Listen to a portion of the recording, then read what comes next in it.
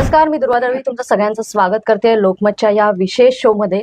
आपण पाहिलं गेल्या आठवड्याभरामध्ये कोल्हापूरमध्ये असेल किंवा सांगली, सातारा, खरं तर पुण्यामध्ये खूप अधिक प्रमाणामध्ये बिबट्यांचा शहरामध्ये वावर वाढल्याचं आपल्याला दिसून आलं आणि ह्याच बिबट्यांपासून संरक्षण करण्यासाठी अक्षरशः नागरिकांना गळ्यामध्ये खिळे असलेले पट्टे घालावे लागले।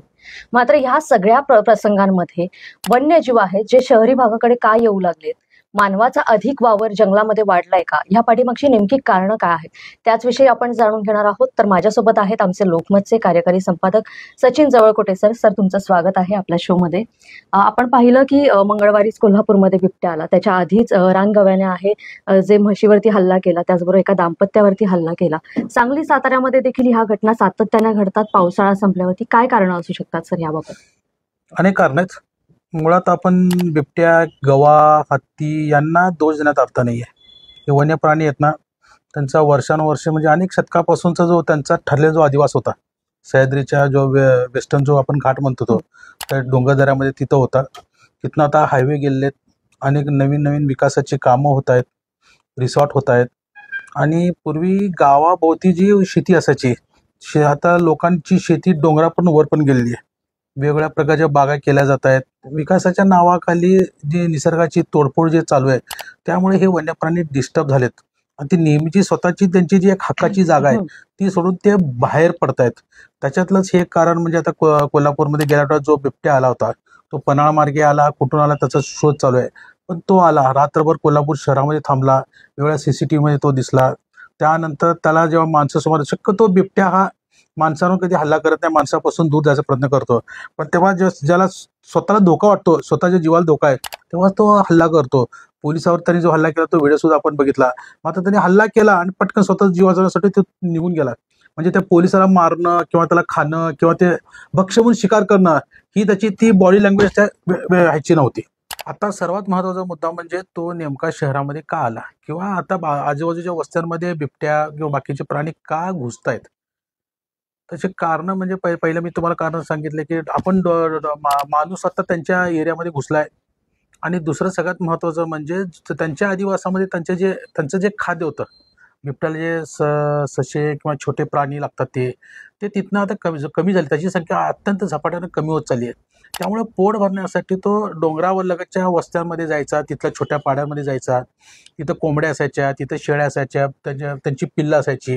हे करता करता करता तो आता अलीकडे वस्त्यांमधले जे सगळ्यात महत्त्वाचे, हा खूप वेगळा मुद्दा आहे, भटकी जी कुत्री आहेत। असं सांगितलं जाते की बिबट्यांना कुत्र्याचं मांस खूप आवडतं, हे त्यांचं आवडतं खाद्य आहे कुत्रे। आणि कुत्रे जास्त विरोध करत नाहीत, भुंकतात, जास्त पळायचा प्रयत्न करतात, परंतु तो त्यांच्या तावडीमध्ये पटकन सापडतो। त्यामुळं बिबट्याला जंगलामध्ये एखादी छोट्या सशाची शिकार करण्यासाठी जेवढी त्याला दमछाक करायला लागायची, जेवढी त्याला पाठलाग करायला लागायचा, तेवढी धावपळ करायला लागायची, तेवढी वस्तीमध्ये येऊन कुत्र्याला खाणं किंवा एखाद्या पाडसाला खाणं बांधलेल्या गोट्यातल्या, हे त्यासाठी खूप सोपं इन्स्टंट असं होत चाललेलं आहे। त्यामुळे इन्स्टंट फूड जे म्हणता येईल, रेडीमेड, जसं आता माणूस अलीकडे घरी काही करत बसण्यापेक्षा झटपट हॉटेलमध्ये जाऊन तसं त्या इन्स्टंट फूड म्हणून तो कुत्र्याकडे बघतोय। हा एक नवीन शोध आज सध्या जे बिबट्याचा जे अभ्यास करणारे जे अनेक अभ्यासक आहेत त्यांच्याशी चर्चा केल्यानंतर एक धक्कादायक निष्कर्ष आलाय आणि त्याच्यामध्ये कमी कष्ट आहेत, म्हणजे आयतं आपल्याला खाद्य मिळतंय हे त्याच्या लक्षात आल्यामुळं तो मानवी वसाहतीमध्ये शिरतोय आणि कुत्र्यांसाठी तो त्या कदाचित कोल्हापूर शहरामध्ये सुद्धा तो आला असावा।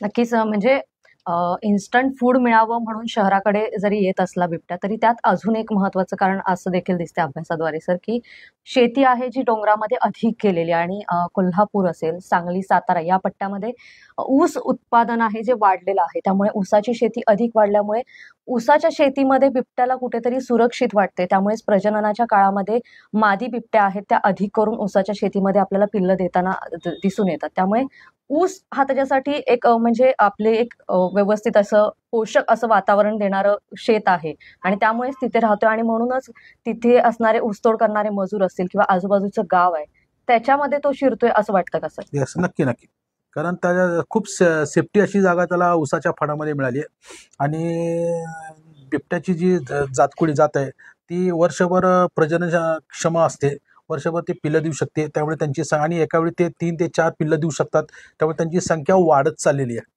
हे सुद्धा त्याच्यामध्ये आपण समजून घ्यायला पाहिजे। नक्कीच, ज्या वेळेला बिबट्या शहराकडे येतो त्यावेळेला नक्कीच शेतकरी वर्ग असेल किंवा मग इतर नागरिक असतील यांच्यामध्ये भीतीचं वातावरण निर्माण होतंच. मात्र पाळीव जनावरं घेऊन जाणं ह्या सगळ्या घटना आता वाढू लागलेल्या आहेत. त्यामुळे वन विभागाच्या समोर सर काय आव्हान असणार आहे? कोणत्या टेक्नॉलॉजीचा वापर अधिक ते करू शकतात? कारण सातत्याने शहरी भागामध्ये आता वन्यजीव येऊ लागलेले आहेत. त्यामुळे नाही, वन विभागाकडे आता दोन प्रकारचे आहेत. एक तर त्यांचं पहिली जी जबाबदारी आहे की वन्य प्राण्यांची सुरक्षितता, आणि दुसरं मानवावर हल्ले नाही झाले पाहिजे. हे दोन्ही जबाबदारी त्यांच्यावर आहेत. त्या पद्धतीनं ते आता काय करतात हे सुद्धा आपलं, कारण आता हे काय, आजपर्यंत जंगलातले प्राणी सांभाळणं इथपर्यंत ठीक होतं. आता जंगलामध्ये माणसं घुसल्यानंतर माणसानं तो शिकू शकत होते. पण आता मानवी वस्तीमध्ये जे आता हे येत आहेत वन्य प्राणी, त्यांना कशा पद्धतीनं अडवायचं हा एक खूप मोठा चॅलेंजिंग असा विषय त्यांच्या समोर आहे. नुसतंच बिबट्याने, गवे सुद्धा आहेत. आता हे गव्यांना खरं तर सांगू का तुम्हाला, मी जंगलामध्ये जे बांबूची जी कोळी जी पानं असतात ना, ती त्यांना खूप आवडतात ते. पण ते आता चक्क येऊन ऊसाच्या फडामध्ये घुसतायत, हे खात ऊस. पाळीव जनावर सुद्धा आपलं ऊस शक्यतो खात नाही. पण त्यांना त्यांचं खाद्य मिळत नसल्यामुळं नाईलाजानं तरी स्वतःचं खाद्य बदलतायत. आणि थोडंसं हे माणसाळ्यासारखं हे आता हे वन्य प्राणी होत आहेत का काय, अशी ती भीती निर्माण झाली. ती त्यांच्यासाठी पण घातक आहे आणि माणसासाठी तर ती घातकच आहे. नक्कीच आपण जसं आता मुद्दा मांडलात की थोडेसे हे प्राणी आहेत जे माणसाळल्यासारखे झाले. तसाच एक प्राणी आहे सध्या सिंधुदुर्गमध्ये धुमाकूळ घालतोय, तो म्हणजे ओंकार हत्ती. हाच ओंकार हत्ती आहे जो काही गावांमध्ये सातत्याने तिथे वास्तव्याला दिसतो आणि त्याचं दिनचर्या या गावांच्या भोवतीनच ठरलेली आहे. आणि त्याच पार्श्वभूमीवरती जर बघायला गेलं तर आता गावकऱ्यांनी कुठेतरी एक चुकीची भूमिका घेतलेली आहे, त्याच्यावरती फटाके फोडलेले आहेत आणि त्यामुळेच जी याचिका आहे कोल्हापुरातील सर्किट बेंचमध्ये सुरू आहे, त्यांनी निकाल दिलेला आहे की काही वेळासाठी वनतरामध्ये त्याला पाठवायला पाहिजे. म्हणजे हा माणसाळलेला आहे, त्याला जंगलाचा अनुभव मिळावा. म्हणजे इतके वन्य प्राणी आता, वन्यजीव आहेत जे आता माणसाबरोबर राहू लागलेत आणि ते माणसांच्या जीवनशैलीप्रमाणे त्यांचं स्वतःचं देखील अनुकरण करत आहेत. त्यामुळे हे कुठेतरी घातक होऊ शकतं का सर? म्हणजे ओंकार हा एक उदाहरण झालं. असेच अनेक हत्ती जर माणसांच्या अवतीभोवतीनं राहिले तर त्यांची जीवनशैली बदलू शकते का? आता काय झालं याच्यामध्ये, पूर्वी हे कर्नाटकात, उत्तर कर्नाटक किंवा गोव्याच्या पलीकडे दक्षिण गोवा या ठिकाणी ते हत्ती असायचे. मात्र अलीकडच्या काळामध्येच विकासाच्या नावाखाली अनेक चांगले छोटे मोठे रस्ते झाले त्या लोकांना. आणि इकडे कोकणामध्ये आता अलीकडे काय झालं माहितीये का, फळबागांची शेती वाढलेली आहे. पूर्वी फक्त नारळ, सुपारी आणि आंबा एवढ्या पुरतं मर्यादित जे कोकण होतं, वेगळे म्हणजे अननस असेल, पपई असेल, वेगळे आणि हे सगळे हत्तींना आवडतात ही फळं. त्यामुळे आणि त्याच्यानंतर इकडं बाकीचे सुद्धा शेती त्यांना खूप चांगली आहे ते लक्षात आल्यामुळं हे अलीकडे कोकण असेल, कोकणातले घाट ओलांडून वर येऊन आपला चंदगड असेल, किंवा कोल्हापूर जिल्ह्याचा जो पश्चिम जो भाग आहे तिथपर्यंत ते धुमाकूळ घालतायत. मात्र या हत्तींशी कसं वागायला पाहिजे याची आपल्याला माहिती अजून आपल्या लोकांना नाहीये. गावापर्यंत ठीक आहे, आणि बिबट्या सुद्धा तर नीट समजून घ्यायचा प्रकार चालला. म्हणजे बिबट्या समोर आलात तर ओरडू नका, पळू नका, त्याच्या अंगावर जाऊ नका, तो घाबरायचं काही करू नका, किंवा हात वर करून उभा राहा. बिबट्यासारखा जो प्राणी जो आहे ना, तो त्याच्यापेक्षा उंचीपेक्षा जास्त मोठा जो प्राणी असतो तो शक्यतो हल्ला करत नाही असं सांगितलं तर हे बिबट्या लक्षात. पण हत्तीसमोर कसं वागायचं हे अजून आपल्या लोकांना माहित नाही. त्यातनंच कदाचित त्याच्या भोवती, त्या ओंकार भोवती पाण्यामध्ये फटाके फोडले गेले.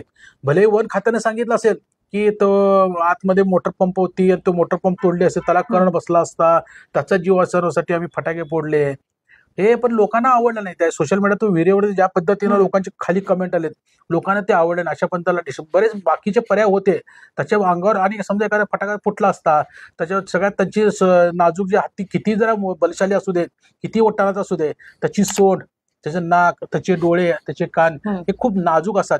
त्याला जर धक्का लागला असता तर ते कुठल्या त्या भावात गेलं असतं, याचा सुद्धा विचार वन खात्यानं करायला पाहिजे होता. मात्र आता हत्ती, गवे आणि बिबट्या यांची आता सवय मानवी जीवनाला आता करून घ्यावीच लागणार आहे, हे मात्र यातून निश्चित झालेलं आहे. नक्कीच. तर आपण जाणून घेतलं की कोल्हापूर, सांगली, सातारा या जिल्ह्यामध्ये, त्याचबरोबर सिंधुदुर्ग, वन्यजीव आहेत जे शहरी भागाकडे आता अधिक वाढू लागलेले आहेत, अधिक प्रमाणात येत आहेत आणि त्यामुळेच त्या सगळ्याच गोष्टींवरती आहे आपण भाष्य केलेलं आहे. आणि त्याचबरोबर त्याचबरोबर आहे की नेमकं काय होतंय वन्यजीव शहरामध्ये आल्यावरती कशा पद्धतीने वन्यजीव रिॲक्ट होतात आणि त्याचबरोबर मानव देखील त्याला प्रतिकार करताना काय गोष्टी करते. सर, आणखीन एक शेवटचा मुद्दा आहे की वन्यजीवाचा हल्ला झाल्यानंतर जी नुकसान भरपाई मिळायला पाहिजे ती नुकसान भरपाई मिळण्यासाठी अनेकदा ताटकळत राहावं लागतं नागरिकांना. त्याबाबत काय सांगाल? वन विभागाकडनं ह्याच्यावरती आणखीन काही नियम शिथिल करणं गरजेचं आहे असं वाटतंय का? हो, पूर्वीचे जे नियम आहेत ते खूप जुने आहेत. जंगलामध्ये माणूस गेला तर त्याच्यावर जर हल्ला झाला तर काय अशा पद्धती आहेत. आता तो वन्य प्राणी मानवी वसाहतीतून हल्ले करतोय. अशा वेळी कुठले नियम लावायचे, त्यानंतर कशा पद्धतीनं पंचनामा करायचा, हे सगळे बराच वैचारिक गोंधळ कायद्यासमोर उभा राहिला. त्यासाठी काही कायदे सुद्धा बदलावे लागणार आहेत. आणि सगळ्यात महत्वाचं बदल या शब्दानं मला एक लक्षात आलं की बिबट्या खूप बदलतोय. आणि या बिबट्या ज्या पद्धतीनं धाडस करून वसाहतीत येतोय, मानवी वसाहतीमध्ये शिरतोय, मुक्काम करतोय रात्रभर, इथल्या कुत्र्यांवर हल्ला करतोय, कुत्रे खातोय तो. या कुत्र्यांच्या म्हणजे या बिबट्यांच्या बदलामागे लाईफस्टाईल आहे ना, म्हणजे आपली लाईफस्टाईल बदलली म्हणतो ना, याला मला असं वाटतं की हा थोडासा धक्कादायक आहे, पण समजून घेण्यासारखा विषय. याला ज्या कोंबड्या आहेत ना, खुराडल्या कोंबड्या जबाबदार आहेत या बिबट्या बदलण्यामागे, असं आपण ठामपणे म्हणू शकतो. कारण काय झालंय, गावोगावी आजकाल चिकन सेंटर झालेत, चिकनचे दुकान जे झालेत. या चिकनचा जो कचरा असतो तो खाण्यासाठी कुत्रे तिथे जमा होतात. त्यातून कुत्र्यांची संख्या वाढत चाललेली आहे शहरामध्ये. कचरा कुंड जे ते खातात त्यातून ते धष्टपुष्ट होत आहेत. आणि त्या कुत्र्याची संख्या वाढल्यामुळे आयतं खाद्य ते बिबट्याला मिळालंय. म्हणजे कोंबडीमुळे काय काय काय काय दुष्परिणाम होत चालले आहेत हे आपल्याला ते लक्षात येईल त्याच्यातून. नक्कीच. तर आपण पाहिलं की शहरी भागामध्ये जे वन्यजीव येत आहेत त्यांच्या वन्यजीवांच्या ज्या बदललेल्या जीवनशैली आहेत आणि त्याचबरोबर मानवाने विकासाच्या नावाखाली ज्या गोष्टी केलेल्या आहेत त्यामुळेच कुठेतरी जंगल कमी झालं आणि जंगलातील त्यांचं खाद्य आहे ते कमी झाल्यामुळे शहरी भागामध्ये जे लगेच मिळणारं खाद्य आहे त्याकडेच आकर्षित होऊन आता वन्यजीव शहराकडे येऊ लागले. मात्र याबरोबरच आता पुढच्या येणाऱ्या काळामध्ये आहे जे मानवाने देखील वन्यजीवांबरोबर कसं वागायला हवं, त्यांना कसं हाताळायला पाहिजे, ती परिस्थिती कशा पद्धतीने आपण तिथे रिॲक्ट होणं गरजेचं आहे, या सगळ्या गोष्टी आता समजून घेणं आणि त्याचबरोबर त्या अनुकरण त्याचं करणं गरजेचं आहे. कारण आपण पाहतो की वन्यजीव आल्यावरती खूप जास्त गोंधळ आहे तो शहरी भागामध्ये उडलेला आपल्याला दिसून येतो आणि त्याचबरोबर त्याला रेस्क्यू करताना आहे जी बघ्यांची गर्दी होते आणि त्याच वेळेला एखादा अनुचित प्रकार देखील घडू शकतो आणि त्यामुळेच नागरिकांनी देखील आता वन्यजीव आपल्या शहरामध्ये येत आहेत आणि ते शहरामध्ये अधिक प्रमाणात येऊ शकतात. त्यामुळे आपण कशा पद्धतीने काळजी घ्यायला पाहिजे या गोष्टी देखील जाणून घेणं तितकंच गरजेचं आहे. याबरोबरच मी इथेच थांबते. लोकमतसाठी कोल्हापूरहून दुर्वा दळवी. आमचा शो कसा वाटला आणि या संपूर्ण शोमध्ये जी आमची चर्चा झाली त्याविषयी तुमचं मत काय आमच्या कमेंट बॉक्समध्ये नक्कीच सांगा.